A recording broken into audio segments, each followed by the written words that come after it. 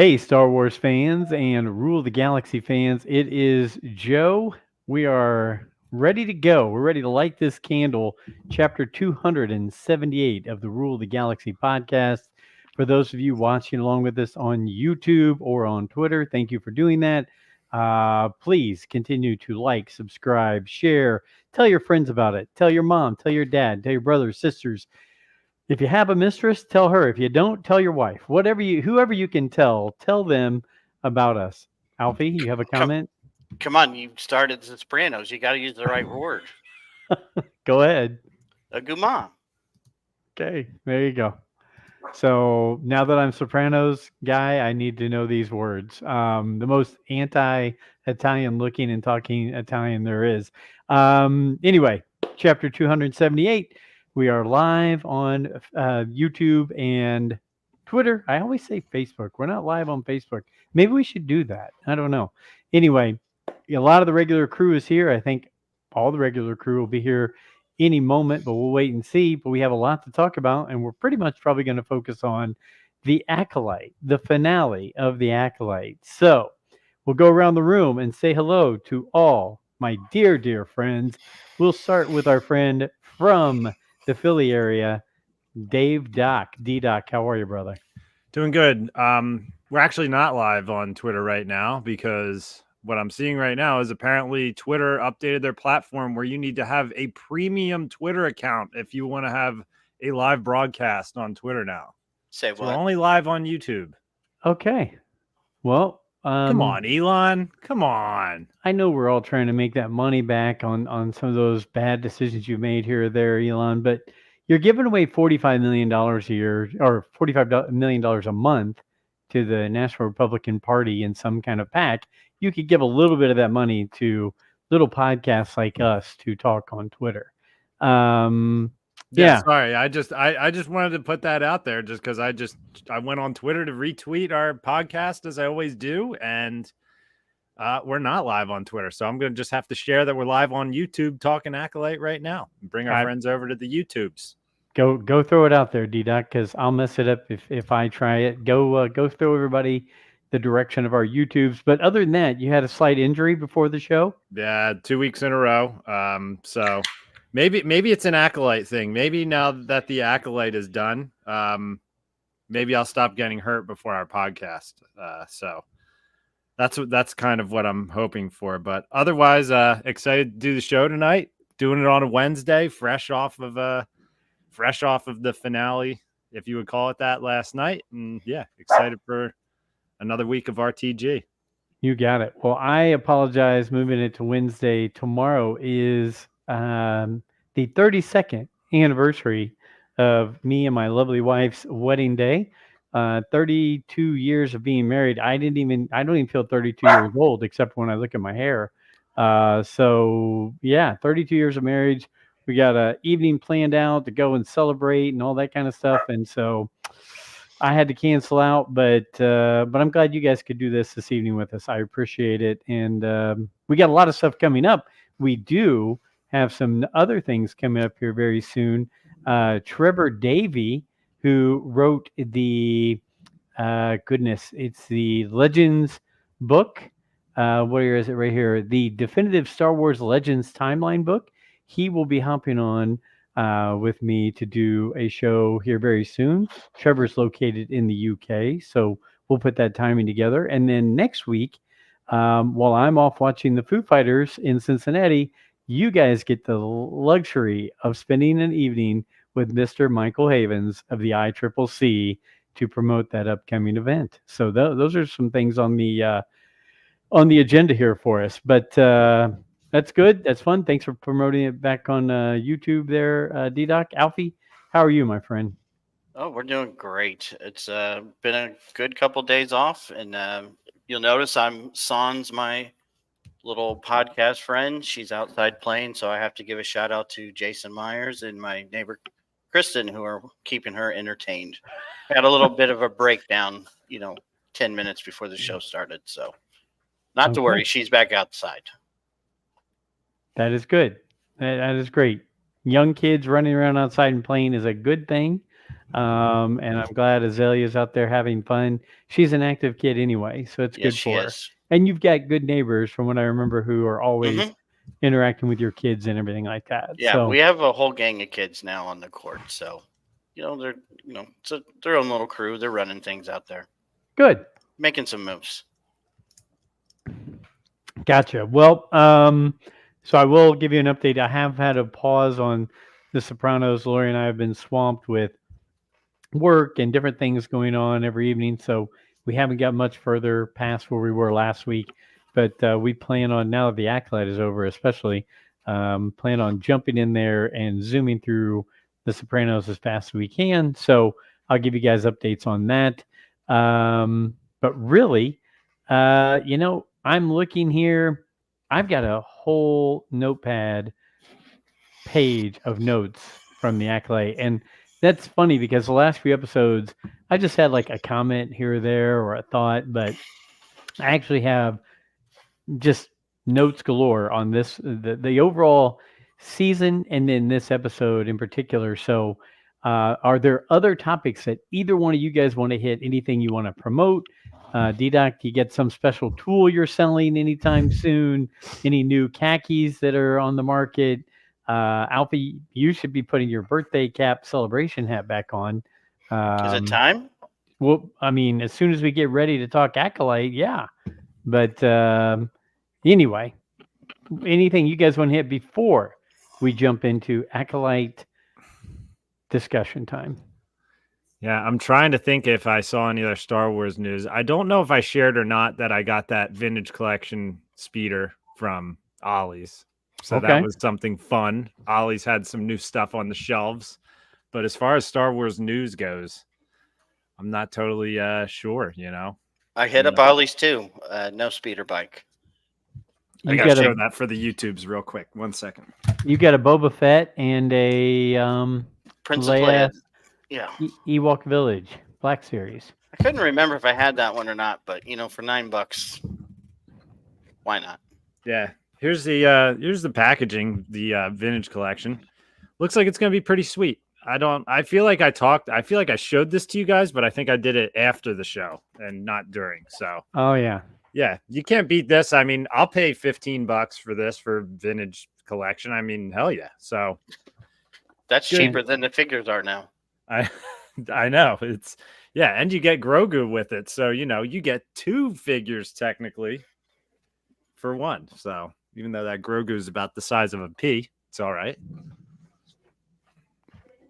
So again, is this the Jason Sudeikis version of the Scout Yeah. Trooper? Okay. This is Ted Lasso. I think he'd be a little bit more positive with Grogu. I don't know. Maybe being on the dark side is kind of positive, Joe. Wow. I don't know. Wow, we're going there right from the beginning. I'm gonna start. I'm gonna start throwing things at the Acolyte, and it comes from our discussion. All right, just hold on. Okay. The hat's coming on. Nope, the beer's getting open. It might be. It's the Yep. fireball again. Man, I love when we get Fireball Alfie. Are we allowed to do this, D-Doc? Does this break any kind of YouTube channel rule? I don't think so.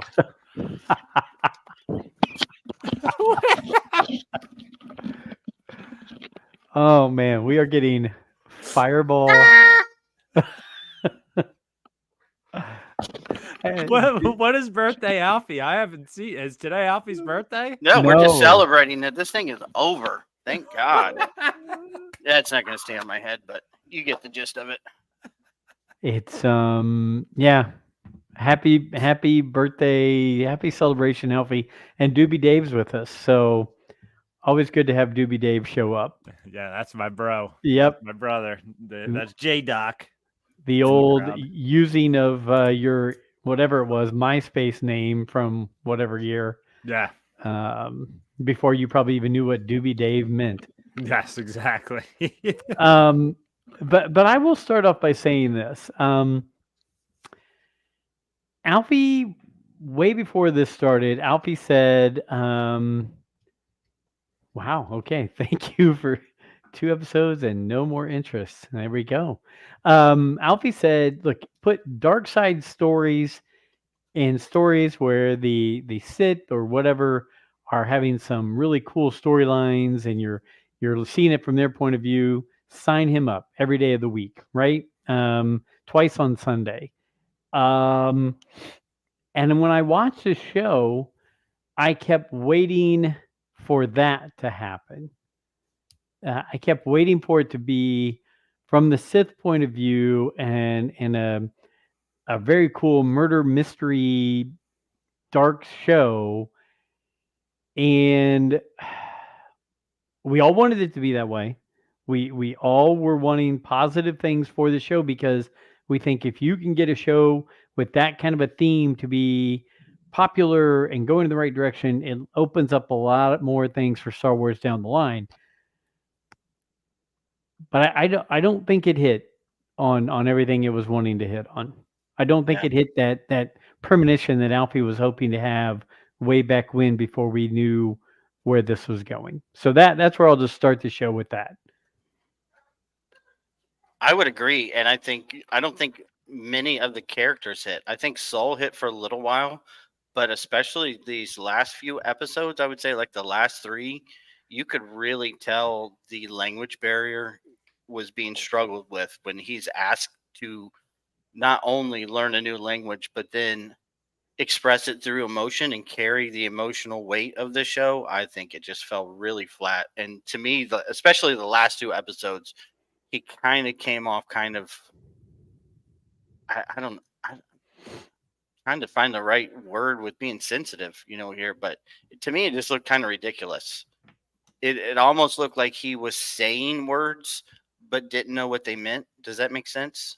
Yeah, yeah. I mean, look, that's part of acting, right? There are probably times when people have played another uh, foreign, style person, whatever you want to call it, Hmm. foreign character, and they've had to learn a few words, and they said, "Hey, speak these," right? You don't know what they mean, but speak this dialect, so it fits with the scene. I don't know if Scarlett Johansson knew Russian, right? But didn't she, in different seasons or different things, whether it was her standalone movie or part of the Avengers? I don't know if she did, but at least she gave it an effort. I know he was giving it an effort, and you're Yeah. right. He didn't know this language at all before he came and was asked to be such a big part of this show. Yeah, I'm not trying to knock him as an actor or anything. I think it's amazing what he did. I think it was very unfair to put such of a burden on him as an actor. Um, D-Doc, any thoughts off of that in opening right there? The stuff we were just talking about with. Yeah, I mean, I do kind of agree with what Alfie is saying there too. I mean, I don't know. Saul was a character where it's like now it's going to be hard for me to talk about this show without kind of being all over the place with the way I'm talking about Go it, just ahead. because I kind of feel like that's how the show was. So that's what I'll say is I might be hitting a bunch of different points, but at the ending of this show, it's like I don't even know how to feel about Saul, because it's like Yeah. they do make him out to be the bad guy, even though Master what's her name? Vernestra.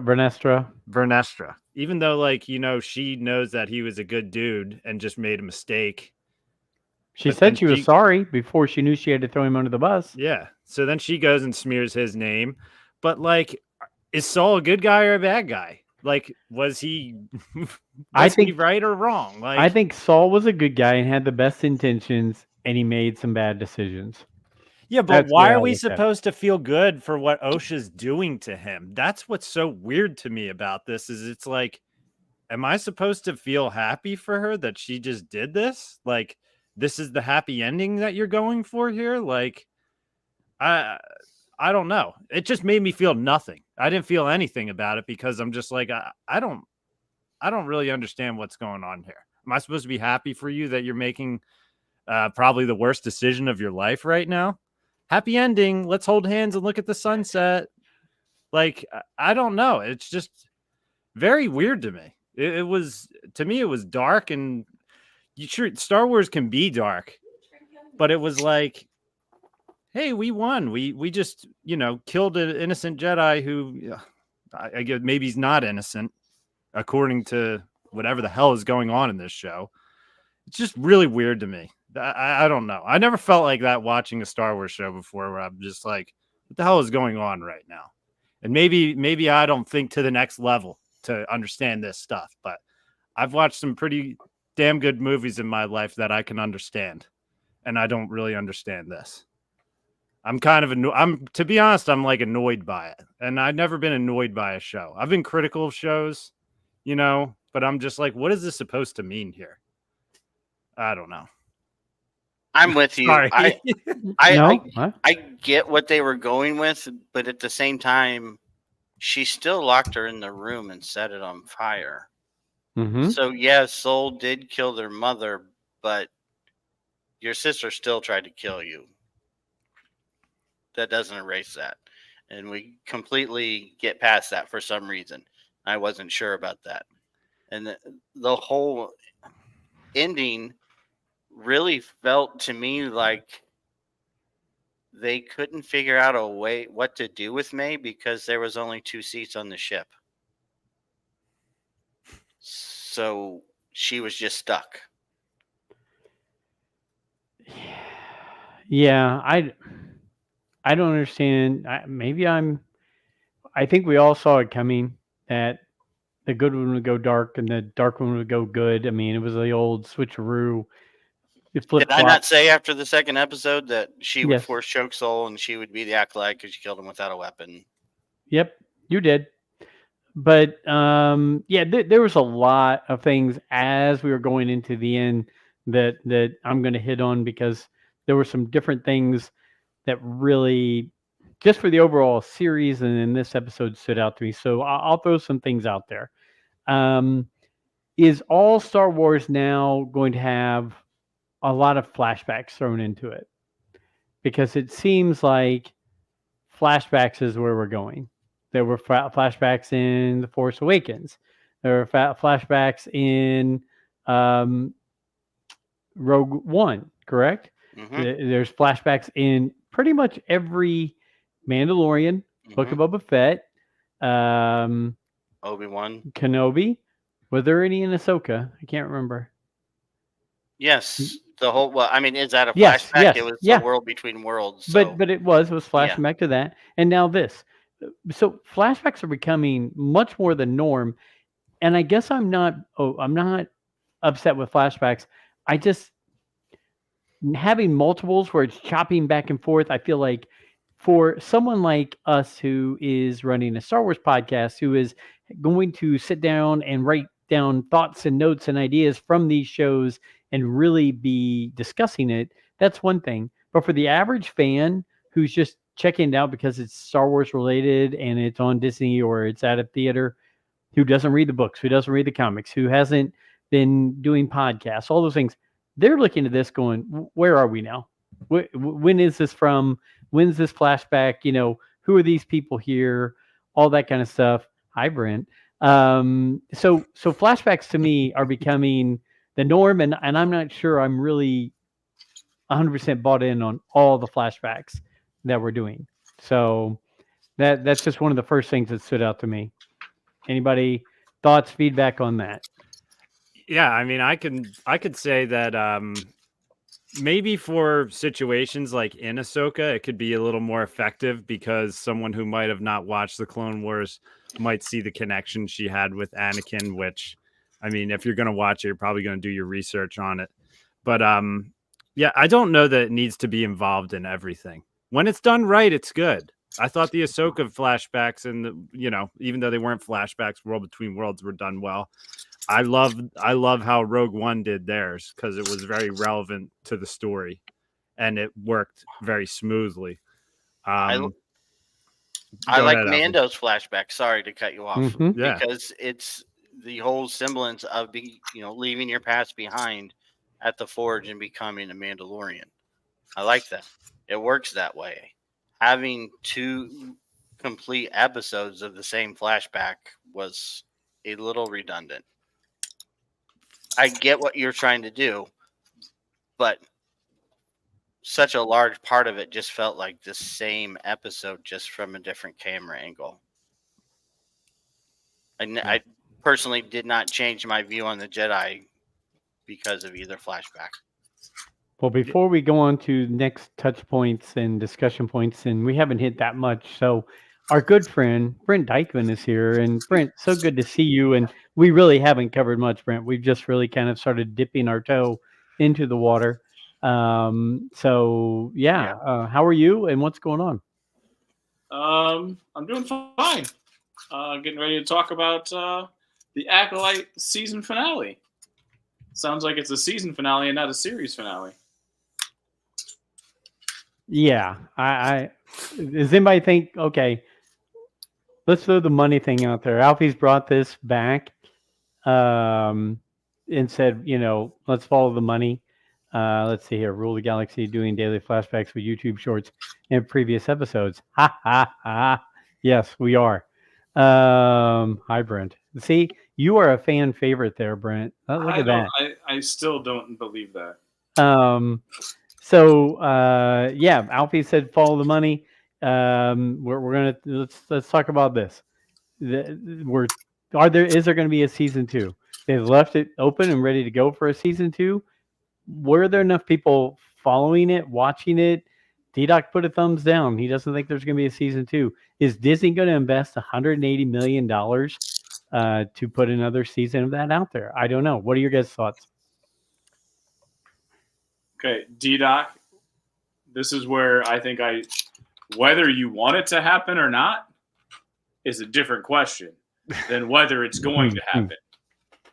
Right? Yes. And I think we can all at least understand that those are two different questions. Yep.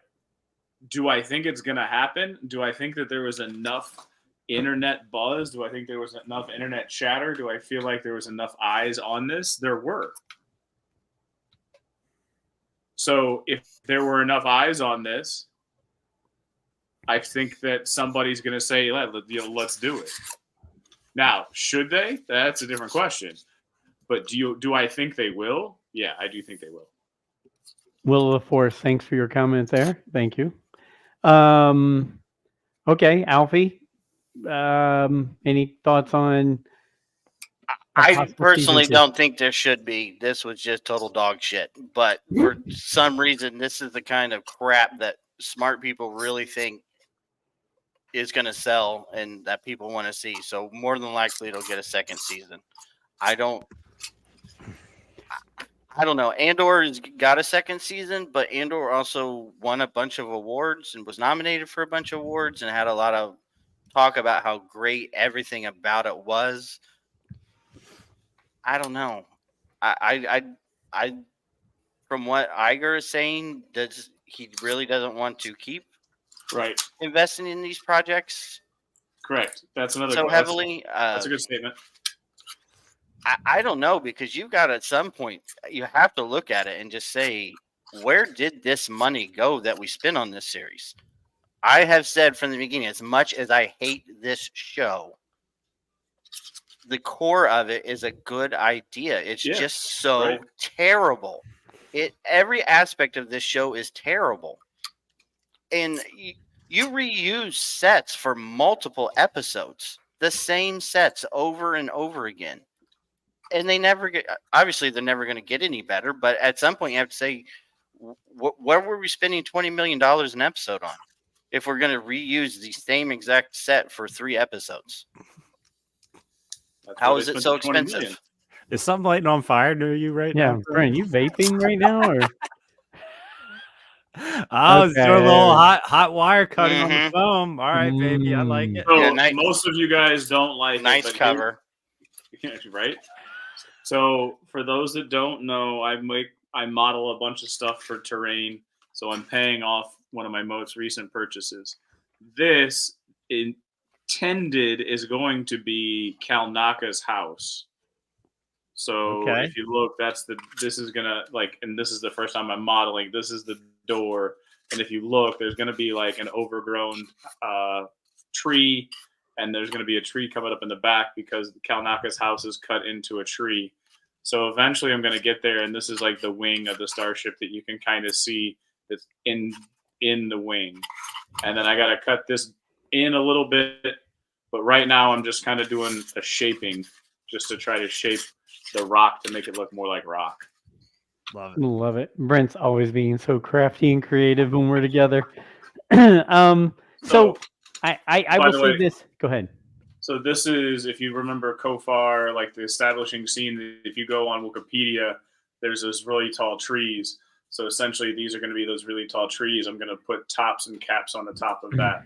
But that's the intended purpose of those. Well, we get a buck. Yeah. I love it. From hyperspace there. And Oh. then Go ahead. there's just a bunch of more film behind me too. Yeah. Okay. Yeah. There's, we can hop into that. Hyperspace Heroes. That's a one. The one thing I I think- didn't take into Right. consideration, sorry to jump in again, but the one thing I didn't take into consideration was what Alfie said, which is that Iger wants to move away from TV because it's not making money, and he wants to get away from that Disney Plus, even though he's the one that started. I forgot about that. Yeah, I saw a lot of comments in the past few days about should we lower our expectations, and that's a real bullshit comment because I pay for Disney Plus. It's not free, so no, Yeah. I'm not going to lower my expectations of quality. If they lower their cost. Yeah, Yeah. I mean, if it's just a regular cable channel, Brown Leader, Hyperspace Heroes. Yeah, I think you're looking at you're looking at. I think it would be smarter to go into some books, some comics, some things to fill in some gaps for the people who like it. Vernestra from the High Republic is kind of a fan favorite of that series. I would like to know more about that, her and Chimera, just because we saw it. We knew when they showed the X on his back and the whip marks, and she's the only one that had a light whip. That's probably where it came from. But that's about it. I don't know if you could fill much more into the literature side of it. Tom Line has the bashing begun. Tom, listen in, my friend. Here it goes. But I will say this: bringing up the light whip, they made such a big deal about this awesome new weapon that's going to be in that is rarely seen. One scene. 8 So, episodes, so one scene. question. She killed a bug with it too, right? So question is, I didn't read all the press, right? Because I let people talk about the press. I was going to let the press, and I was going to live in my world and whatever. Did she really say a lot about it, or did fans say a lot about it? Because she it was said different? a lot about it. They did. Okay. She specifically. And She before being we head- get Yeah. yes, and before we get away from this comment, because I want to come back to this books and comic books and stuff. Go ahead, bring it. That is not a positive at all. No, That is it's no not. way a positive. But I think If that's the you way they should look go. at the numbers for the High Yes. Republic, we're talking 5 digits, or what these novels are selling. So that is that's a tremendous failure for a $180 million 8-episode series. Well, and there was streaming numbers recently that came out as well, where the Acolyte is definitely like the lowest streamed out of it was Andor and the Acolyte, where I forget through 3 episodes, it was slightly above Andor. which I and want to then- see the final streaming numbers. Okay, but when we that's- talk about streaming, can they really get that data as like, if I watch it 10 That's- times, does that that's like- count 10 streams, or they count me as one stream because it's me? That's why you can't find audiobook numbers. I've tried very, Right. very hard to find a definitive number on audiobooks, and there's nothing concrete. Okay. And every time they put out a list of where these shows fall, you have to pay attention to, the wording of what it is they're judging against. They kept saying this was the number 1 Star Wars series, but they were saying because it's an original Star Wars series. Everything else has characters. They were classifying everything else as having previous characters in it. So it wasn't technically original. You follow what I'm saying? Yes. Absolutely. Yes. So you can play. They put out a list a few weeks ago where they said it was doing so great. And within minutes, people were like, "Well, wait a minute, House of the Dragons isn't on this list." Joe just had the bubble show up again on us. How I does he don't know do how. that? I don't know. I love it. So here's what I would say, because even though I have a page of notes, I think it's really a poor decision for me to just go step by step through them. We're getting good comments in the chat, but we each have a different point we want to bring up. So I would say let's continue to take the chat comments and run with those. But D-Doc, Alfie, Brent, me, let's rotate around, bring up a topic. If it just so happens it's one on my list, great, I'll mark it off. If not, I'll bring up something of mine later. But is there a topic, Alfie, that you want to start on? Then we'll go around the room. I'm beating a dead horse here, but I mean, you from the start of this episode to the finish, this looked awful, absolutely awful. The space scenes, the cockpit scenes, the way the helmet didn't fit on her head, that whole end with both of them, and every time they showed May, I mean, you could clearly see the matte line around her, and she didn't look like she fit in the scene. The scenes in the Jedi Temple looked like, I mean, this was like sci-fi grade visuals and backgrounds. I just do not understand how this is Lucasfilm. I mean, I get different people work on different shows, but this just looked god awful. Yeah, Wow. yeah, and I mean, I don't know. Yeah, the redressing of the Brendock. It's Brendock, right? Mm-hmm. The redressing of that set did look like, just some tumbleweeds were thrown in there and a little bit of a paint job, and Why that did the was stone look like burnt logs? Hey, do you know what that reminded me of? Do you guys remember on Nickelodeon the one where the guy used to have the pyramid and the caves where they used to have to? It was like the kids Captain had Caveman? no on Nickelodeon where the kids would have to Oh, go yeah. Game through show. Hidden Temple. Is that what Hidden it's Temple. called? Oh, That's what yeah, it reminded yeah, me of. yeah, It reminded me yeah. of Hidden Temple. So I don't know. Yeah. Everything on this show to me looks like what you would see waiting in line at Disney. All the Jedi look like people that should be working at Galaxy's Edge. D-Doc, do you have one you want to hit? Yeah, I will say as far as being critical of the actors and actresses, I really I don't know. I really haven't focused on that much, which to me is a good thing. That they've been like the thing I've least been critical of. But Osha to me was not convincing as a dark side character when she tried to play. With May it was a little different, but like she was technically tasked with playing 3 characters, and I think that's when it gets to asking your actress to do a little too much when you're essentially trying to ask someone to play 3 characters. I just thought she looked really stiff.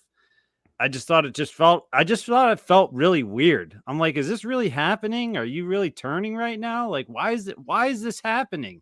Isn't there supposed to be one glimpse of something positive in this show? Like, can't you fight this off and maybe your sister find that she was wrong and you guys find some kind of happy ending to this? Like, I don't know. It just maybe I'm wrong for feeling that way, but I don't know. It just wasn't convincing to me when she turned to the dark side. It just felt really forced. It's just like, yeah, we're gonna do this. I don't know if any of you guys She felt the wasn't same way convincing about it. to me from the beginning. I'm sure she's a great actress. But whatever direction she was getting, it was like the same face, the same emotions, the same body movements, whether she was playing Osha or May. And I don't know, it just didn't do anything for me. Okay. Of course, I was trying not to think of the Acolyte today too, and I came downstairs today and the Parent Trap was on, and I was watching that, and I'm just like, there's Lindsay Lohan, just like Osha and May. I remember I couldn't comprehend that Lindsay Lohan wasn't a twin when I was a kid. It was like I couldn't believe it. But yeah, We have a Lindsay Lohan comment in the Rule of Galaxy show tonight. That's great. Some quick thoughts that I had that should be, I guess I can bunch them together. I don't think doing half-hour shows was beneficial for this at all. I think it could have gotten deeper into things, made some better storyline, made some more depth in the show. How much is House of Dragon? Is it an hour long show? Pretty much Yes. every episode. Okay. I don't. I think we're getting to the point where Star Wars needs to start thinking about: do we do different directors for every other show? All right. Like, does it make sense to just not stick with somebody from the beginning and let them see their vision, put the producer and the director together and make a coherent story to where you don't have somebody directing, in my opinion, completely different ways in different episodes of these shows?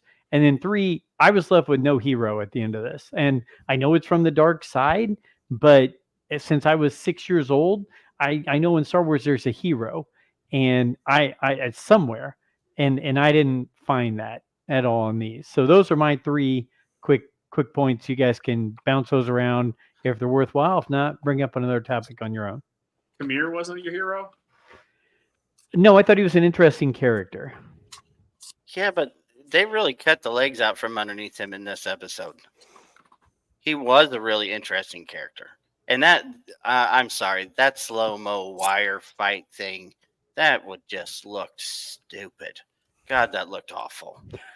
I replayed that actually when I saw it, and I didn't know Crouching if they Tiger, were. Hidden Dragon, you mean? I didn't know if they were going for that like Japanese style, like where it was like, I'm like, was that supposed to be slow motion, and was it just done poorly, or were they going for like the old style movie look for it? It was like the opening fight in the first episode. Carrie Ann Moss's Trinity was cool. Like, that was 20 years ago.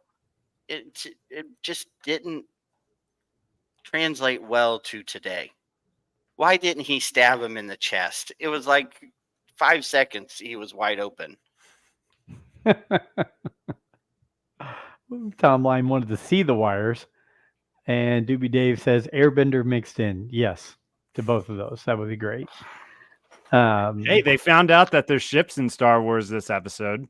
They remembered that you fly around somewhere and there's ships, and it's part of So a did you big like the part ships? of. No, They looked terrible. Oh, They were God, different. That was terrible. I mean, at least they looked different than Gru's car. But the animation was still just so bad. So hey, bad. why didn't Saul just maybe raise his ship above all of the stuff that he was flying through and just Wait on the other side. He doesn't say he just because he's Jedi doesn't mean he's a good pilot. That's true. He was flying pretty shitty. Maybe I don't know.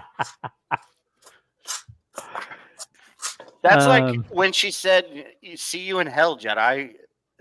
It's the same thing. It made no sense. You're not a badass. You're going to the same fucking place. You both know where you're going. So I didn't get that. And yeah, the chase through the ice. You're going to the same place. You literally told each other where you're going. Okay. Yeah, just fly above it. It was like this. I mean, waste you a little time. Could have went up here. Could have went down here. And yeah, you are both going to the same place. So you know what my favorite part of this episode was? I'm sorry to interject because I You can't had a hold on favorite to. part? Oh God, I love this part so much. We spent so much fucking time on this goddamn generator. We spent 2 episodes on the destruction of this generator. Mm-hmm. OSHA rubbed some wires together 16 years later, and the power works. It comes back on. We saw it blow up twice. it might be the first, Tom. It might be the first. It might not be the last. Yeah. It's like these people writing the show didn't even bother to read what they'd written before. Okay. I'll take it down a different path. I could not. There's one character that overall that I could not stand. Basil. Basil drove me nuts the entire time. He looked like he was just an Ewok on cocaine sometimes, and Alf looked better than Basil. I'm sorry, Lucasfilms, but you You failed so miserably with that character. Who- Alf was more believable. Who is he working for? Because why did he stop Soul from shooting down or doing whatever he's going to do to May? If he was the tracker, I'm assuming, even though they're the same person, I mean, it made it seem like he could tell the difference between the two, right? But could he? I don't know. We're told it's the same person. So he drove me nuts. I felt like, because here later on, I've got a few things here. Multiple Jedi use their powers to sense things and find things, and yeah. So if they were, whether it was people or things they needed to find, they found them using the Force. Why do we need a tracker from the very beginning of this stuff? And why is he still around? And why did he pull the wires out on Soul when he's getting ready to shoot down May? All those things make no sense to me on the Basil character. I think Basil should have been in the one episode that he was in. I had a good kick out of him. It was fun. I did not think Basil was going to become a main character. It was going to last through, like, what was it, 5 episodes of the show that he was in, actually? But he's You know so me. cute. You know me. I was in Basil fan club. I was making Basil jokes left and right. Wow. But I just think that, Yeah. it didn't even He's a make bad any sense. character. Because the whole time he was hell-bent on ratting out May. And then all of a sudden he's just like now he's like making moral decisions for Soul while they're flying. I don't know. Could he even see out the windshield? Well, where he was? Did he even know what's going on? Half the time he's crawling through the sewers. Okay. So we're all in agreement then on Basil not being, he's not Wicket, at least what we're saying. He's not going to stick around and be a part of the pantheon of Star Wars characters. Why would a group of Jedi need a tracker to find a Jedi that they know where he lives? He's been sending them communications. Why would they need that? I don't know. And why can't they keep up with him? Why do they keep losing him? Maybe they should have got another tracker who could track Basil. Why would a Jedi Master on a deserted planet have to shout out someone's name when they're Force sensitive? The person they're looking for is Force sensitive. I needed Brent take on some of this stuff here. I'm enjoying Brent's happy. He's being happy this whole episode, but he's not commenting. He's impersonating Basil. I will let the outrage live. I've said before in our text, I'm nowhere near as negative as you guys. Most of everything that you have said is true, right? Like, I mean, I agree with. I mean, the biggest one is probably the visual effects. I definitely agree with. One thing that I like, and here's the thing, if it was presented in a different way, there's 2 new Force powers, right? One of the big things that I've noticed is that a lot of shows will like to show Force powers and this creation of this new, to try to keep Force real, or to try to keep the Force growing, to try to show something. There's 2, at least, I wouldn't say new Force powers, but I liked them. I don't like her. She's weird. She looks weird, very stiff, but I think that's the way she's supposed to be. But I really liked her sensing ability. When she was standing there, like, you can talk about it being crap or whatever. I don't know. What did he say? Join the After Dark? No, man. Like, it's like, I told somebody earlier today, because I've been in conversation with 2 or 3 different people. One of them was, after about episode 3, when they did the chanting, I started looking at this as like Hannah Montana / Come on, we can't have that. That's a cop out, man. You can't make it. But Hannah Montana upsold. That's the difference. See, I started. I originally said this was CW, and Yeah. that is a slam against CW.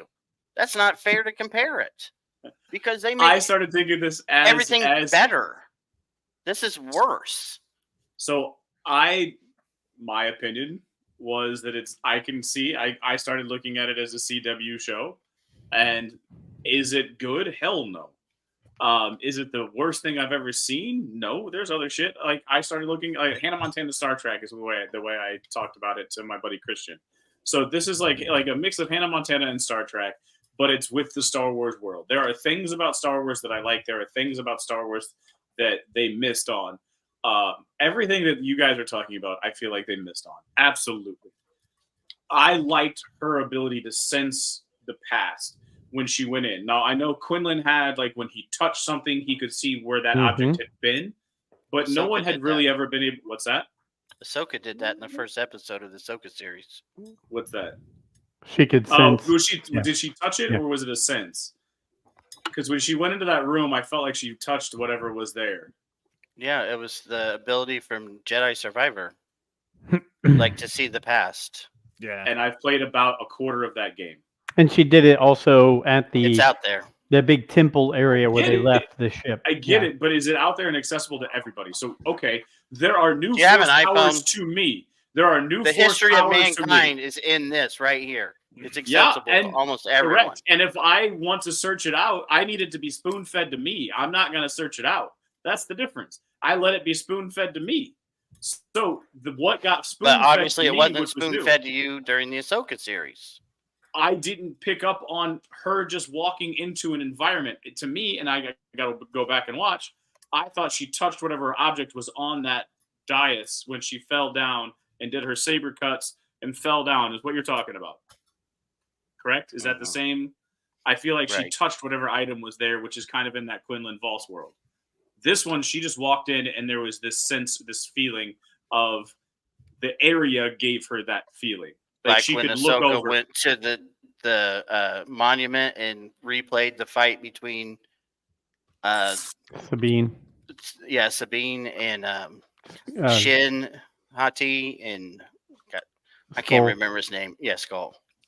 Yeah, I agree though, Brent. It is it is definitely an interesting aspect that, again, I don't think was used enough in this show. It's just like, hey, here's a little sprinkle of this, but sorry, the season's over now.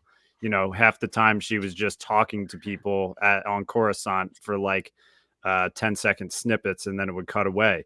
But what her ability is carbon copy of definitely what Cal Kestis does in Jedi Survivor and everything, where it's like you find areas where, you know, video game style, you'll see like a blue glowing area, and you'll go up to it and you'll I think the button is Force Sense, where you sense it and you'll like hear conversations from the past or something that happened, and then Cal usually will be like, oh, this you know, X, Y, and Z happened here, let's go look this way. Like, it's kind of like that investigator style situation. So yeah, I don't expect everyone to play Jedi Survivor though, so I can see what you mean by it. It's cool. Thank you, D-Doc.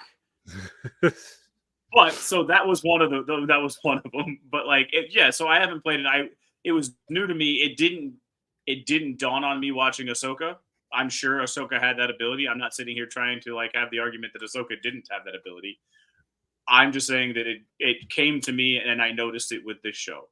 She did it both times. The first time when she saw that when she walked into the forest and 9 people had died from the skewer in episode 3, and she did it again this episode. The other one that was new, and whether you think it's cool or not, whether you think it was used effectively or not, this one I've never seen before. I've never played it. You can tell me if it's in Jedi Survivor, but the Men in Black mind wipe, I don't like. It's a new force power that I've never seen before.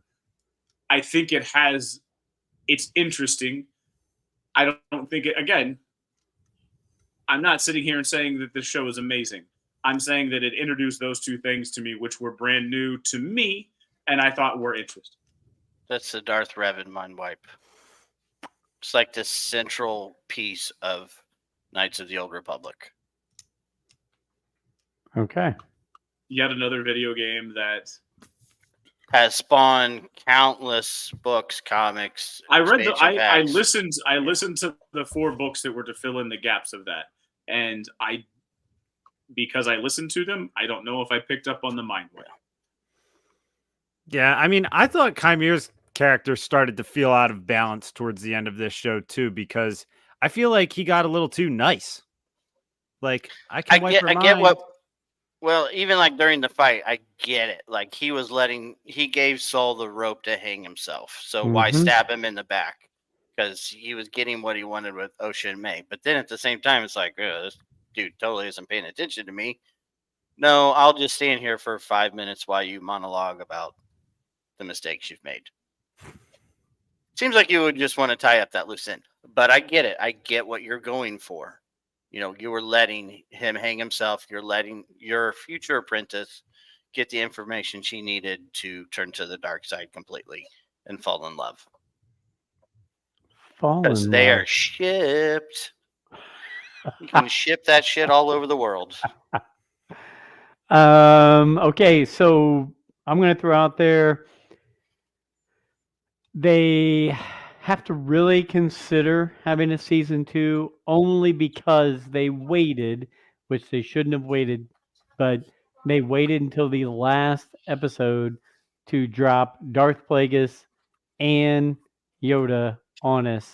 They could have done it earlier. They could have created more good storylines leading into that or build more fandom into it, and they didn't until the very last thing.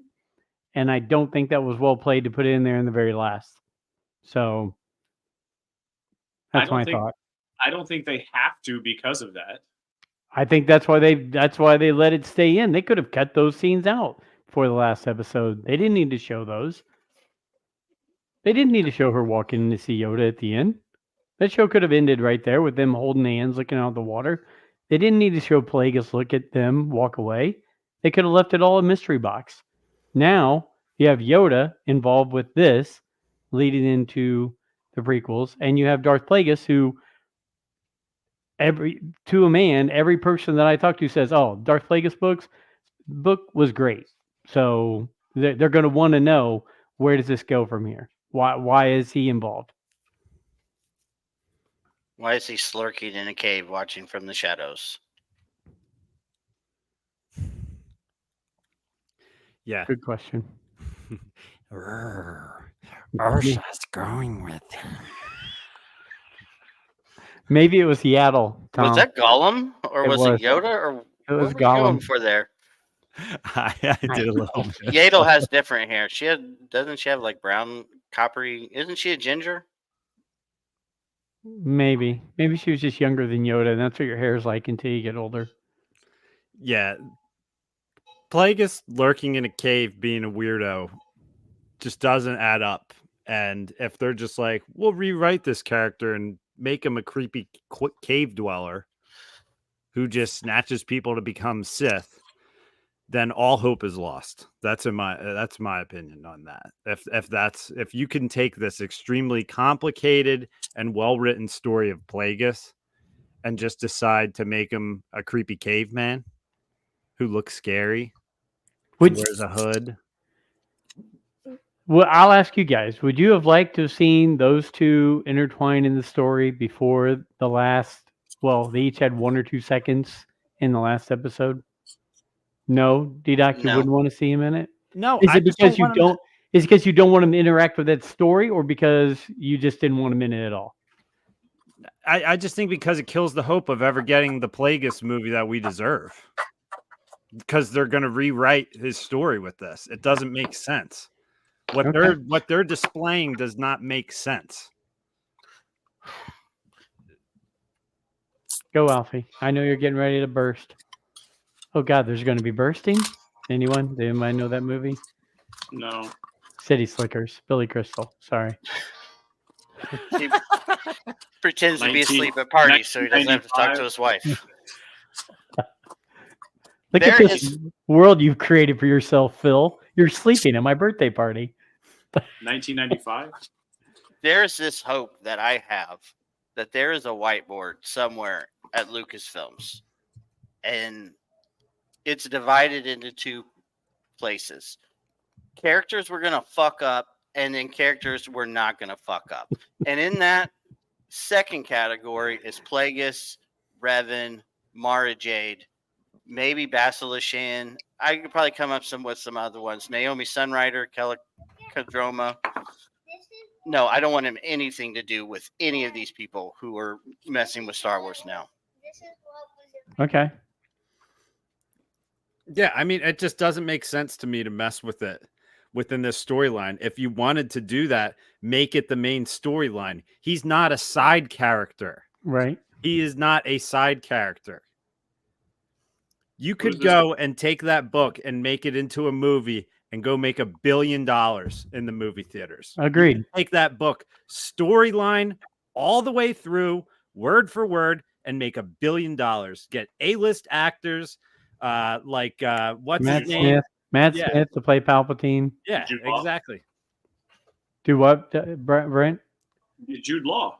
Mm-hmm. I'd rather have him than the people who are in this piece of shit. Yeah, sprinkle Jude Law in there, man. I don't care if you want to make Jude Law a side quest character in the Plagueis movie, whatever. But the Plagueis book is by far the best Star Wars book I've done on audiobook. I could not stop listening to it. My heart rate would go up in certain scenes. It was the best novel I've listened to from Star Wars. So we've talked about it, and if you do Darth Bane trilogy and Plagueis book and you make them into movies, instant moneymaker. Disney's printing money, and they're looking around going, let's do this more. But they keep going with these other directions. yes. Instead, we're spending $180 million on this show that does not look like it cost $180 million. And yeah, Plagueis story, $1 billion. That's what you're gonna get. $1 billion. Oh, Hangman. Hangman on the What- whiteboard. what's his name? Bro? Glenn Howerton. He's in everything, right? Is that his name, Glenn Howerton, the guy who played Hangman in Top Gun 2? Oh, gosh, I don't even know. He's been in every movie right now. He's in the Twisters movie. Alfred, Alfred, are you talking? You're muted. Yeah, he's in the romantic comedy with Sydney Sweeney. I know. I just recently watched that. Anyone but No, you. see, now you know. Now you know. I knew you would know that one. Yeah. And Sydney not for the Sweeney. right reasons either. Yeah. I watched that one too. My wife asked me if I wanted to watch it. I was like, sure, I'll Hell, watch this fucking one. yeah, I'll watch that one. We'll Okay, watch it Glenn- twice. Glenn Howerton is Always Sunny in Philadelphia. Glenn Powell is like the new hot blonde guy in Hollywood. So he's in the new Twisters movie too. Throw him in. We're gonna be getting Ron Reynolds in Star Wars soon though, so it doesn't matter. That's my opinion though. That's no leaked stories or anything. You know what? Just going off that director. No, I say Let's- leak it. Let's go. Let's run with circle it about right back to Ryan Reynolds, because this is one thing that this series really missed, was a lot of fun. There was like absolutely zero fun in this series. Were there any jokes told at all in this at all? If there were, you were.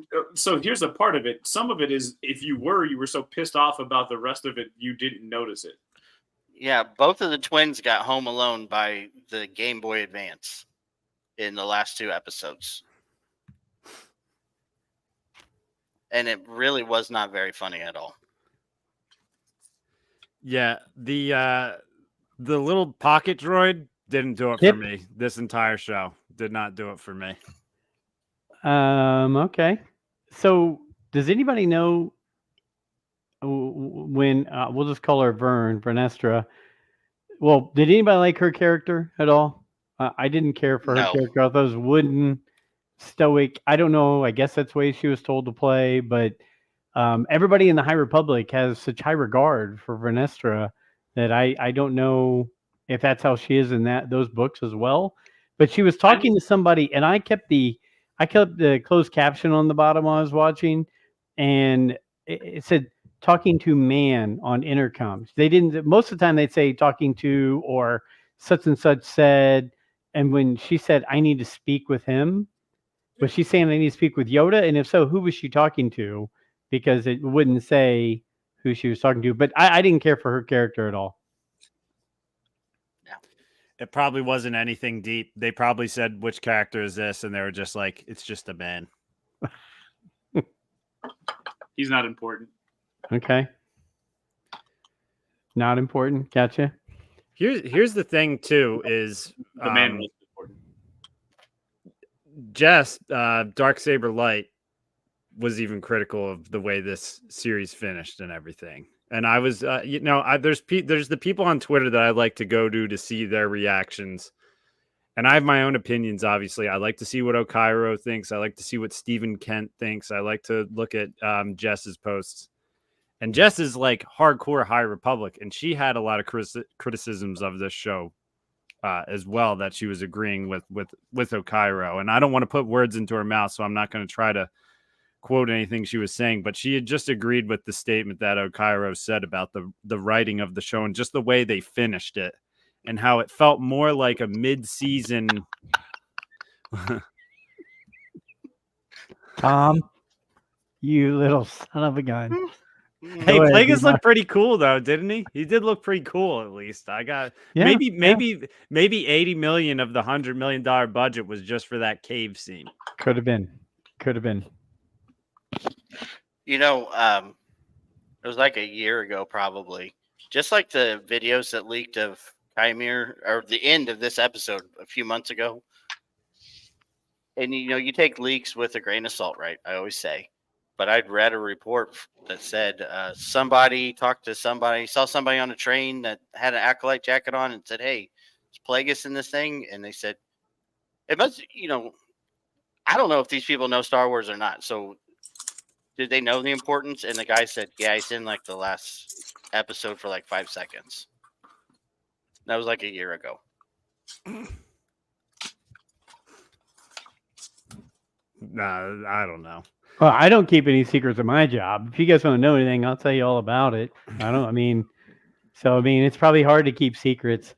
Back to this though, from hyperspace, Plagueis was trending on Twitter last night, and I understand that like the outside Star Wars fan probably definitely doesn't know who Plagueis is, but I think the story itself, the trailer that you would release for that movie, would put asses in the seats. That's the thing, because that story is awesome and people know who Palpatine is. Well, as I say, you could have the Emperor laughing at the end of it, just like we were pumped to hear the Emperor laugh or cackle before the Rise of Skywalker.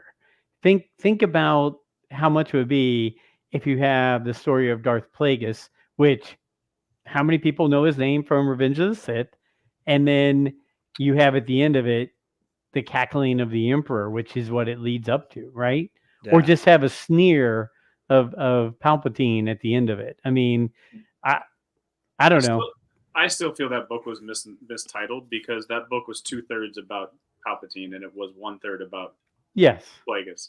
So I really don't even know like fully Plagueis' story. I do see where you're coming from there, Brent, but like I also just think that they lay down all of the groundwork from Plagueis, and just the character himself is so intriguing that, I mean, it does turn into the Palpatine show. Don't get me wrong. I mean, could you imagine what that scene would be like when Palpatine finally like unleashes the Force with his it's his family, right? He kills like his entire family in that one. Yep. That would be insane. Like it really would be. Like little shot of that on a trailer. Yeah, it's crazy. That book was really damn good. Guys, hey, go ahead. Rogue One made what, like $1 billion or some shit, and you'd be surprised at the amount of people who thought it was a sequel to The Force Awakens. So this worry about what people do or don't know. Yeah, I understand the argument, but you make something that looks good, people are going to go see it. You know, just like we hear this argument all the time about theaters are dying, right?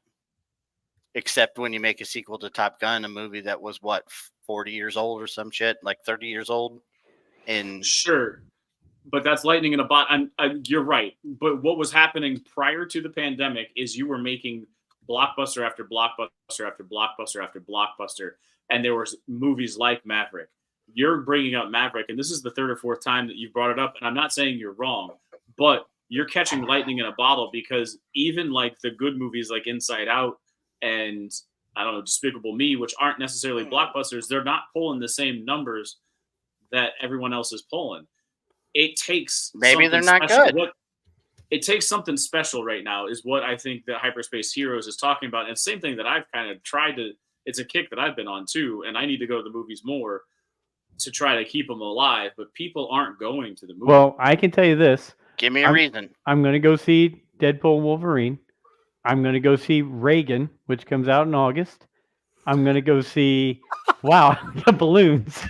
And I'm going to go Reagan, see. I'm going to go celebrating Reagan, huh? And I'm going to go see. Yeah, I'm an 80s Reagan the balloons kid. Came out when you said Reagan. And then I'm going to go see Captain America 4, whatever it is. No, Doc, you're hitting a button and you're messing with Joe. I promise I'm not. I promise I'm not. Joe does some things. I don't know if he's hitting the buttons or what. I've never been able to do this on my screen. Maybe it's some special feature that Joe has. Congratulations, Joe. No, Yay! Because he gave a thumbs up and it popped a little bubble with the thumbs up next to him. It just happens every now and then, though. I really don't get it. I don't know how it happens. Me either. I swear you're messing with him, Doc. Hey, how does my hair look tonight? You guys were talking about my hair last week. I feel like it looks pretty good tonight. So, Alfie, you said give me a reason. The reason is what Dave said down there. Doobie Dave. He was saying that, streaming does, right? Because everything goes straight to the streaming within a couple of weeks. Yeah. So that's my point. You have to give me a reason to go to the theater. Oh, okay. I thought you were talking about give me a reason why it's dying. But yes, no. Reason, and you're right. You have to. I can't afford to spend $75 to $100 every week to go to the movie theater. It's too expensive. Scott Rifen says it all the time, and I believe it as well. So, and we all say it. There's the visual canon. There's the movie canon. If you make a movie, Star Wars fans will go to it. Less so the prequel. I expected the Phantom Menace's re-release was going to be as hot as the 40th anniversary. But for sure, the original trilogy, when they released Return of the Jedi, its numbers blew people out of the water and were unexpected. Yes. Phantom Menace was not nearly as that level, but people went out and watched. At least I know most people I know, we went in a group. I went out with a couple, with a guy that is a Star Wars fan, listens to the podcast every now and then. Yeah. But you have to go. People will go to Star Wars movies. So I'm with you. If you throw Star Wars on it and it's got a good trailer, people will go watch it.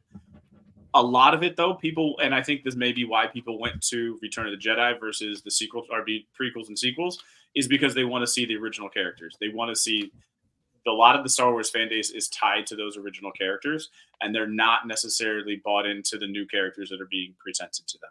And that goes back to the prequels. I don't know if it sunk in because there are fans that didn't. Right now, the average age of the fan base, the prequels are their thing. If you think about it, when I talk to people, when I see people out, when I'm playing my stupid tabletop game, the prequels are what everybody wants. They want to play the clones. They want to play the droids. They love the prequel Clone Wars era. That is what drives people to Star Wars right now. That's why we talk about Hasbro. They're like, well, what the hell? We don't need another clone trooper. Guess what? They're going to sell 10 times the number of clone troopers than they will if they sell, I don't know, another Wicket. Right? Even though people... Clone troopers and Mandos. Right. Yep. You know what else would sell? A freaking Anakin Skywalker Revenge of the Sith figure, Hasbro. It's the one I need.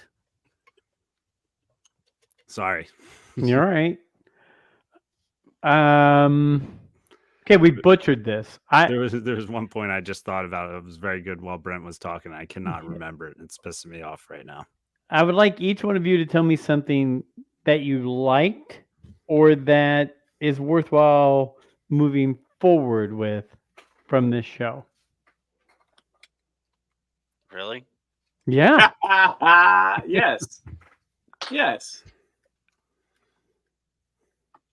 Alfie. You're going to have to circle back around. Oh, my freaking goodness, Tom Line. You are a... Is that a life-size? Would that be a life-size Black Series? Yeah, it would be. That lightsaber kyber crystal changing reminded me of the firecracker popsicle. Yeah, bomb pop, Yeah, it reminded me of a bomb pop. red and blue. Yeah, okay. And Alfie, I will ask you: is that the legitimate way that you bleed a kyber crystal? Well, technically, Joseph, the lightsaber hilt was cracked, and she had direct skin contact with the kyber crystal. So yes, that is the correct way, because Okay. every other mention of bleeding a kyber crystal happened before the Disney purchase, so it's no longer canon. Or it happened in a comic. I've read this 1,000 fucking times today, so I'm sorry. It's the dumbest thing in the world. Okay. Yeah, I think Anakin. The bleeding I of the think kyber crystal, the bleeding of the kyber crystal was the dumbest thing in the world, or the argument about the bleeding of the kyber crystal. Both of them are stupid. Okay. It was just visually, yes, it was kind of cool. I will give you that. That was a cool idea. They just like the shaving cream can in Jurassic Park, they focused on it for a second to let you know that the hilt was broken, so that when she picked it up, she made direct contact with the kyber crystal, and somehow the lightsaber still worked. But whatever, it's stupid space wizards. So it was cool, but then again, you're just doing it because you know it's just going to make a bunch of nerds pissed off about it, because Anakin Skywalker's lightsaber didn't turn red, even though he slaughtered how many people in a day. Yeah, I think for all the stuff Anakin did, I don't think he needed to touch the kyber crystal for it to turn red in that day. So yeah, I don't He know. didn't do anything. He's misunderstood. He fulfilled the prophecy.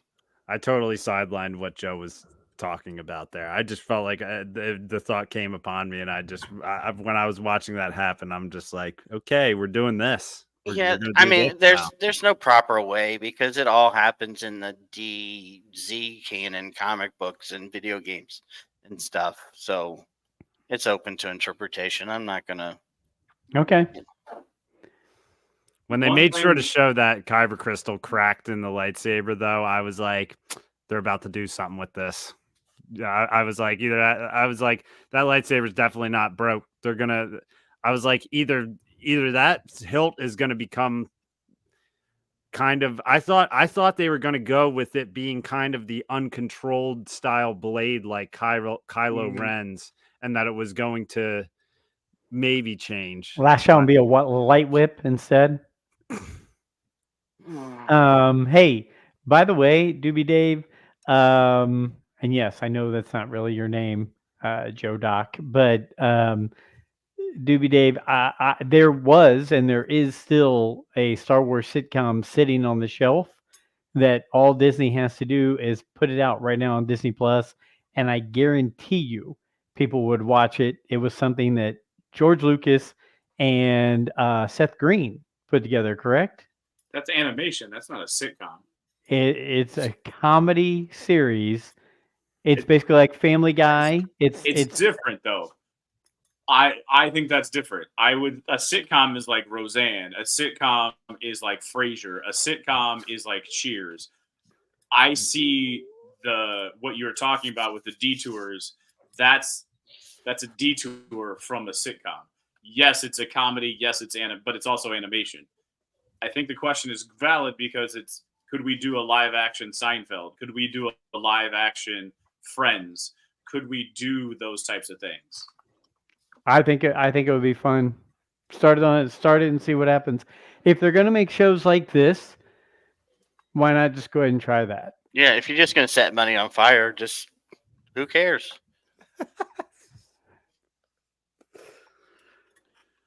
So something liked about it. You mentioned I mentioned earlier the Jedi powers, which were new to me.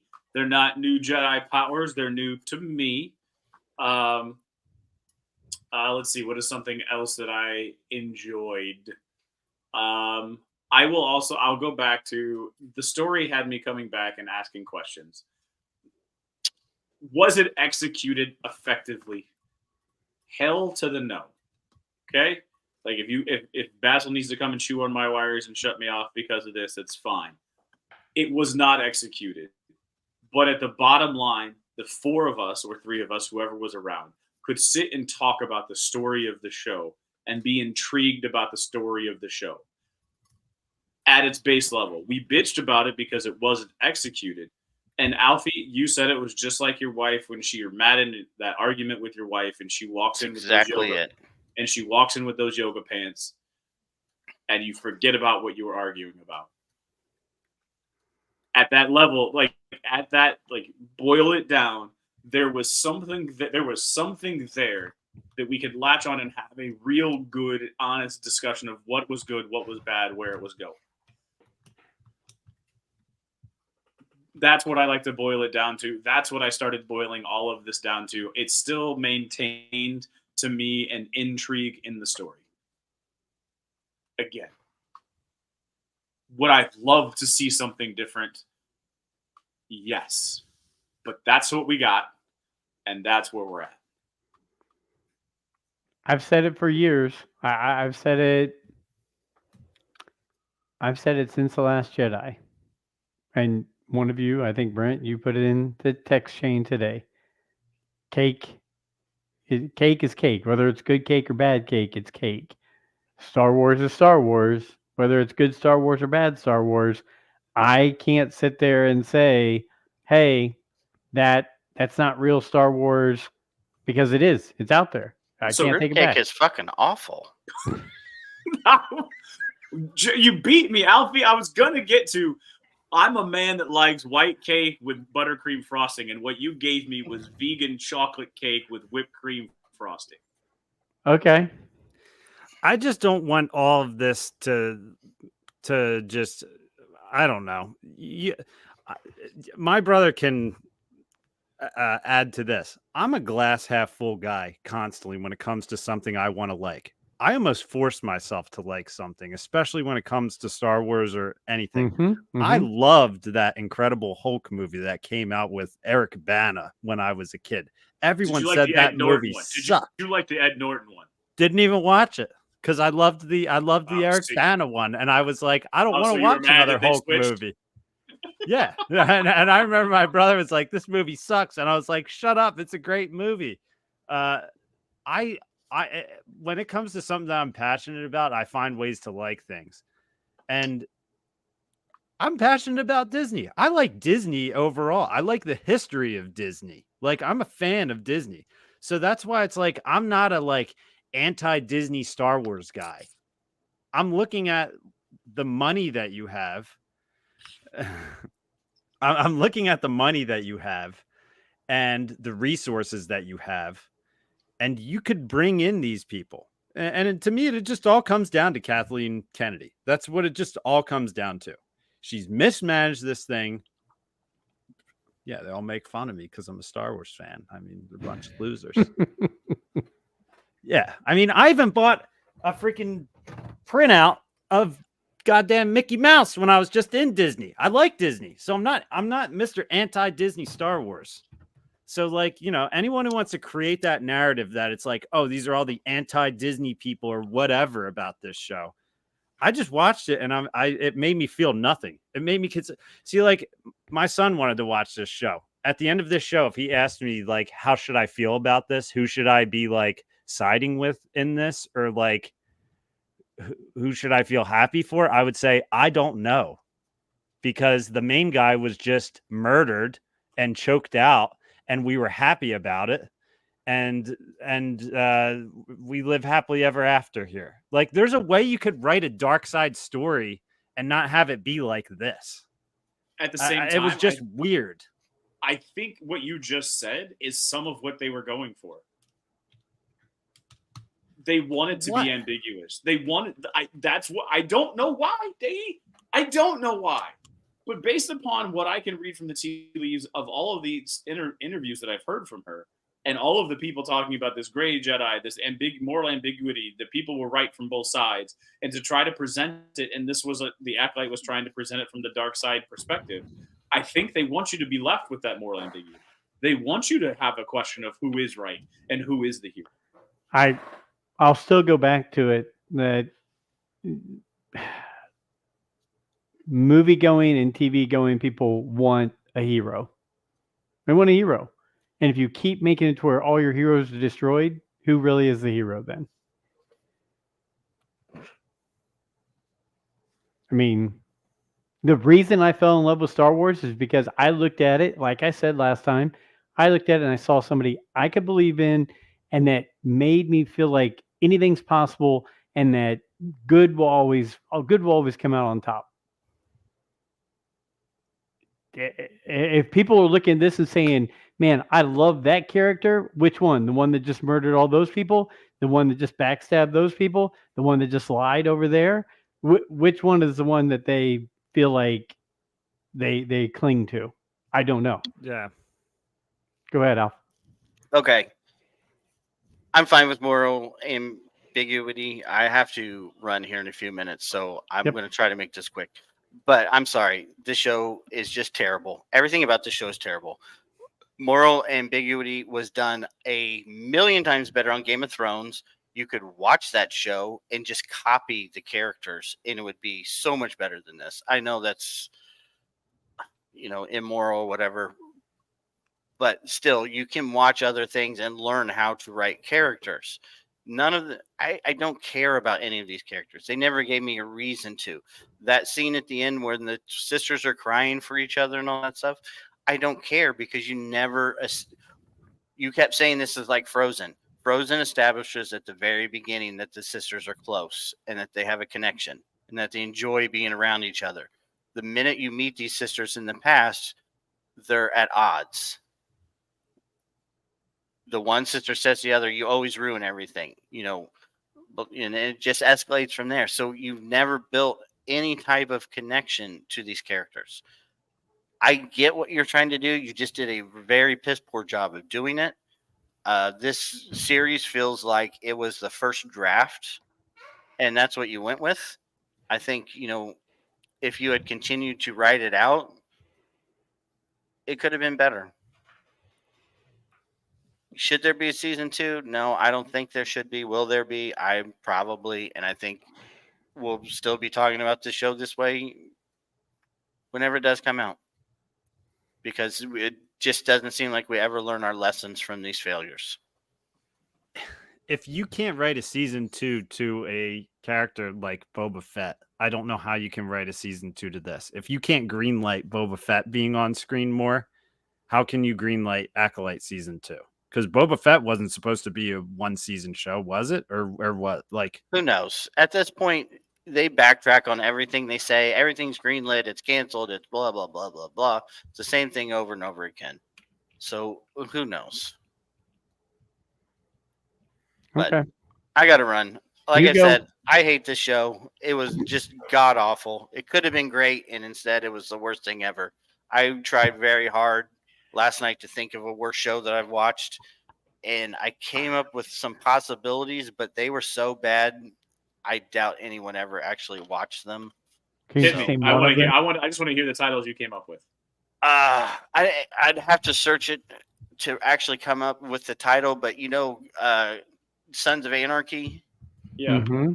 Okay, that guy came up with a show right after that was like something Executioner, and it was set in the Middle Ages. It was god awful. Okay. It only took a few episodes to say that it was worse. I would say that was probably the worst show I've ever seen. But I mean, this is in the top 3.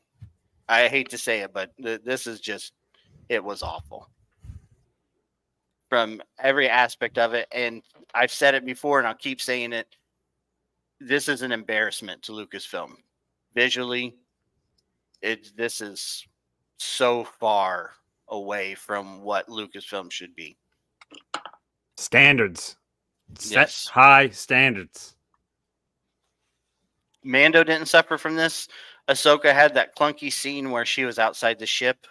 That was one scene, but the rest of, I don't think was anything comparable to this. Obi-Wan had some scenes that looked like sound stages, but not the whole show, and not Those are some cool repeatedly glasses. over and over again. This is by far the low bar. At least with the holiday special, they tried to erase it from memory.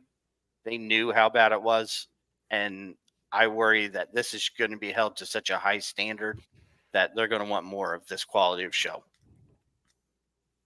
Okay. The ratings and the viewership are so low on it, though. I just don't know how you can ignore that. That's what it's like. It's so funny because you look at all the streaming numbers, which I do think there's a way for them to track it, similar to the way YouTube tracks views, essentially, for these platforms.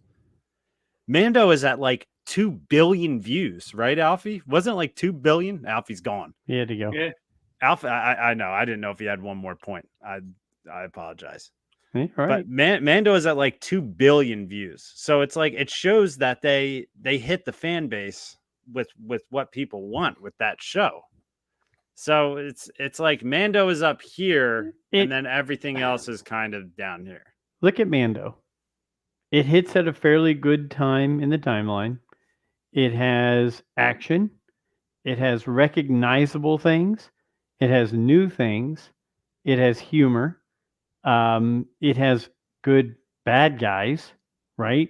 Heroes. It has heroes. So you have a mixture of all those things that come together into that show. I mean, you just do. You have all that. So yeah, I don't know. I don't have a ton more on it. Look, I want to leave it, and I asked the question, and Brent had a few topics or things that he thought were good and positive. I would say this: the story idea was the right idea. The actual putting it together and putting it into a packaged product didn't go the way I wanted it to go. See, go back to the showrunner's experience levels. The character arcs were more like what you would see in a stage performance, not a season-long streaming series where it can be more complex. Oh, okay, Hyperspace Heroes. I get you on that. Said that early. Yeah. So I mean, it's give me the same producer and director working together for a series. Give me a vision and wrap up. I don't care what part of the timeline it falls in.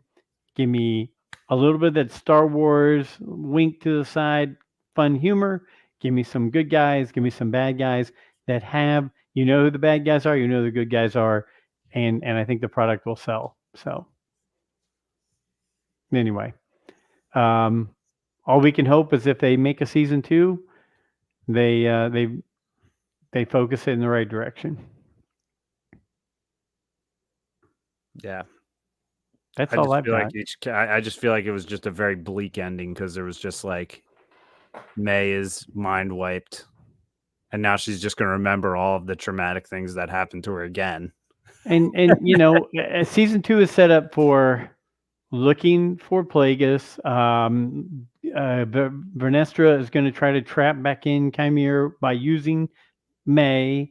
Yoda's going to have some knowledge of what's going on.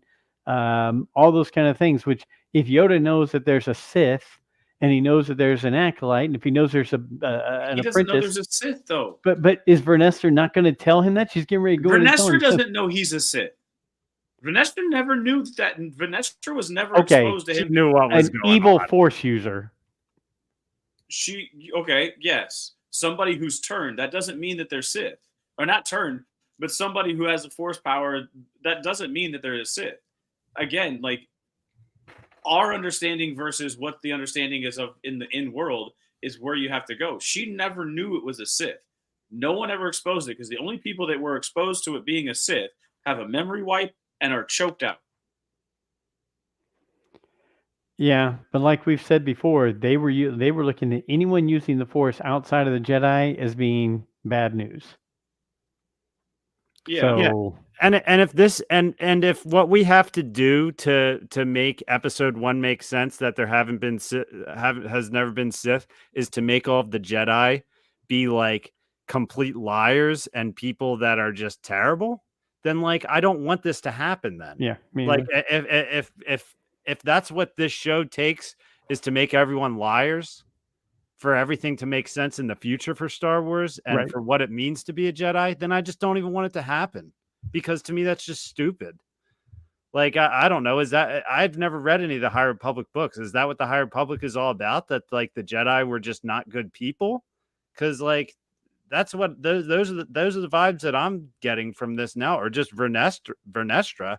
Is she not a good person in those books? Is she deceitful and a liar? Would Yoda not be able to sense what the hell is going on with all this stuff? I mean, he could feel the death of all the Jedi during Order 66. He was sitting there feeling it. So Right.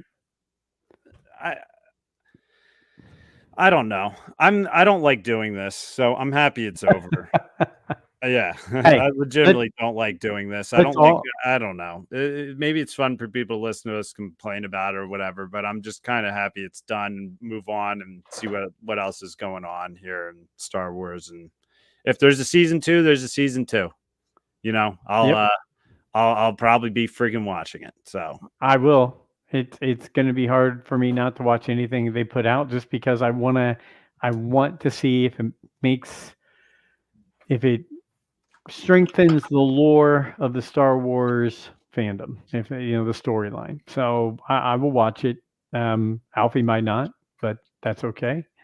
But yeah, guys, look, this was like we knew the colonoscopy was coming, and we went ahead and we prepped for it, and we got through it, and yeah, now we're done. I haven't had one of those yet. Still, I'm forgot. I'm You're getting so close. young. I'm getting close. 33. What is it like? What do I got? Another 45. like 45, Okay. I think, is when they say you Okay. should get it. 12 And when years. you have stomach problems like me, D-Duck, you have it every like 2 or 3 years. Okay. All right. So So Hey, don't bro, have you're stuff to get close. I know you're still in the audience. You're closer than I am. yeah, We'll but be he's popping using Doobie Doc, which is a fantastic name, my friend. That was my first That's YouTube such a account. teenager. That's such a teenager name. it is. Guys, it's been a blast. It's been fun. No matter if it was positive or negative, I still think we have fun sitting here and being with each other and hanging out and talking about it. So I appreciate it. What the heck? Yes, Andor 2 is on the way, and Skeleton Crew. We're gonna have Class A actors coming into all kinds of future Star Wars stuff. There we go. Class A list, not Class A. All right. Get it right. You gotta talk about Jude Law correctly, guys. Hey, did anybody watch Free Guy? If not, that's still on your agenda. I didn't watch it. And I will start watching all the Jude Law movies I can get my hands Hey, on. how's Sopranos? I haven't gotten any further. It's been a busy No. week, so I'm ready to jump back in. Go Birds. Yes. Tuesday Veterans and Rookies Report. Football season is upon us. Yes, some of the best time of the year. Daemon Targaryen is a creep. We need to do a House of the Dragon episode, Brent. You do. You guys need to do that soon. Daemon Targaryen is a creep. There's so much going on in that show right now. So yeah. He's a creep. Hey, just remember, Officer John A. You'll know what I'm Hey, talking about. He had a dream about having relations with his mother. He didn't know it was his mom until the end. You're He my had a favorite son, she said at the About very having end. relations. It's too bad you were born second, my favorite son. Woo! Also, real quick point. Did you guys get Hunger Games vibes from the clothing of the senators when they were all meeting at the end with Vernestra? No, I didn't. I mean, nice, there was a Brad. couple Redskins that were in there. There was a couple that, like, yeah. Flamboyant. Yeah, but I also take that as, like, that. It's the High Republic, man. Like, we've never been exposed to it, so that's kind of where Yeah. I took that. But anyway, so the High Republic did expose itself to us in that episode when Chimera walked out of the water. So we've got that. So this is where I ended up today. Fantastic work. That looks like it's going to be awesome, Brent. So I gotta cut that and like take care of that and do some of that. Alfie might once you're finished though. Alfie might put on the ghillie suit and sneak in and smash that though for his. It's going once it gets done. It's going somewhere, so it's not going to be here. Here's the thing. I don't care because it's a cool scene to build. That is. I a thought very it was cool a cool set. I thought it was a cool set. I thought it was Yeah. a cool scene. It was a set. You guys were talking smack about the courtyard. I was watching that thing so intently, trying to figure out how I could recreate the courtyard because I thought the courtyard and the broken down Brendock was actually pretty cool looking. So It just gives you something to make, Brent. That's all. Yep. I actually was like, oh, that's corrugated roofing. I could take cardboard and make corrugated cardboard, turn that into the roofing. Like, that's what I was thinking while I was watching it. Like, That's a good idea.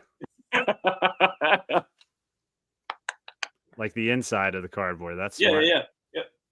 All right, I'm checking out like Alfie did, and set is the key word. Thank you, Alfie. He's still chiming in. Go ahead. I hope he didn't get angered because of my takes or whatever. Like, I No. hope it was just he took off. But, like, I truly believe and I support everything that he says. It was not the best show ever. I just accepted it and, like, I let it ride because this is what we're getting. And it wasn't going to change. So I knew that wasting energy and time complaining about it not changing wasn't going to help me my enjoyment or take away from it. It just, this is what we're going to get. So I tempered my expectations. I know that, but I look at it like you guys are really hardcore fan, like D-Doc. I can almost picture him watching an Eagles football game where every decision that the coach makes is the worst decision he ever made. And even if they scored a touchdown, it was the worst call he could have ever made. Because now that's my dad. That's my dad. I'm a glass half full guy. I'm telling you, even when the Eagles are making bad offseason moves, I'm still feeling good. I'm critical. I am the most average fan ever. Like, you can ask my brother-in-law. Joe knows my brother-in-law. Yep. When the Falcons were up at halftime in the World Series, in the Super Bowl 28-3. He texted me, and I was like, I've seen him blow bigger leads than this. This was at halftime before that happened. He can support you on the fact that I sent him that text. He was blown away that I sent him that text. But that's just my perception, man. Like, it's the whole, like, expectations. Like, if you keep your expectations here, yep, you never have to fall far. Yeah. The Super Bowl loss has me down for about a week. I know that from experience. See, like, I was able to survive and live on the next day. We all have that coming up soon. Football season's around the corner, boys. So, guys, until we get next week and you guys have the fun chance to talk with Michael Havens, thanks to everybody chiming in. Thanks to everybody giving the comments. It was a lot of fun with the chats, and we've got good things to look forward to. Andor Season 2 and Skeleton Crew right around the corner. So we'll see how that goes. Until next time, may the Force be with you.